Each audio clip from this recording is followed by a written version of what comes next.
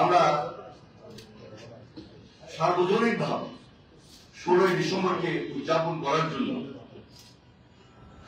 বিজয়ের দিনকে আবেগ, উৎসাহ এবং উদ্দীপনার মধ্যে নিয়ে আসার জন্য পুরো জাতিকে একত্রিত করার মধ্য দিয়ে এই দিনটিকে আমরা উদযাপন করার সিদ্ধান্ত নিয়েছি।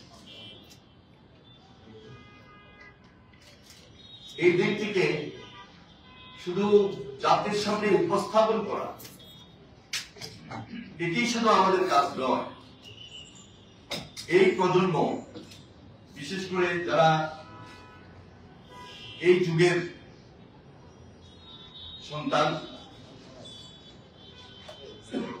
এই প্রজন্মকে আমরা আমাদের যে বাংলাদেশের সংস্কৃতি, বাংলাদেশের যে কালচার, বিশেষ করে স্বাধীনতা পরে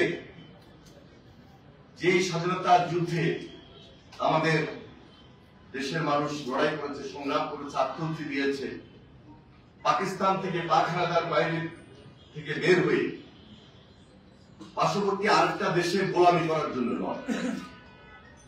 আমরা বাংলাদেশ স্বাধীন করেছি আমাদের স্বাধীনতা এবং আমাদের সার্বভৌমত্ব থেকে নিয়ে সবসময় আমরা এক এবং ঐক্যবদ্ধ রয়েছি।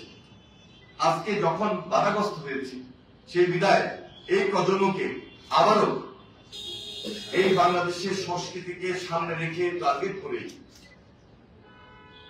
হিন্দি গান বা হিন্দি সংস্কৃতি বা উর্দু গান, উর্দু সংস্কৃতি বা ভিনদেশী যে কোনো সাংস্কৃতিক অবস্থান থেকে বের হয়ে আমরা একটা দেশপ্রেমিক বাংলাদেশের সংস্কৃতি তুলে ধরার জন্য এই প্রজন্মকে উদ্বুদ্ধ করার লড়াইয়ে আজকে আমরা ঐক্যবদ্ধ রয়েছি এবং সেটি সবার আগে বাংলাদেশ নামে।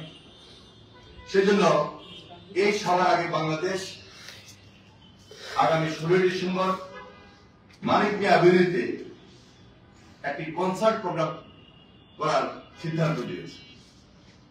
এই কনসার্টের মধ্য দিয়ে দেশীয় সংস্কৃতির বিকাশ, বাংলাদেশের গান আমরা এই জাতির সামনে, প্রজন্মের সামনে তুলে ধরছি এবং তুলে ধরব।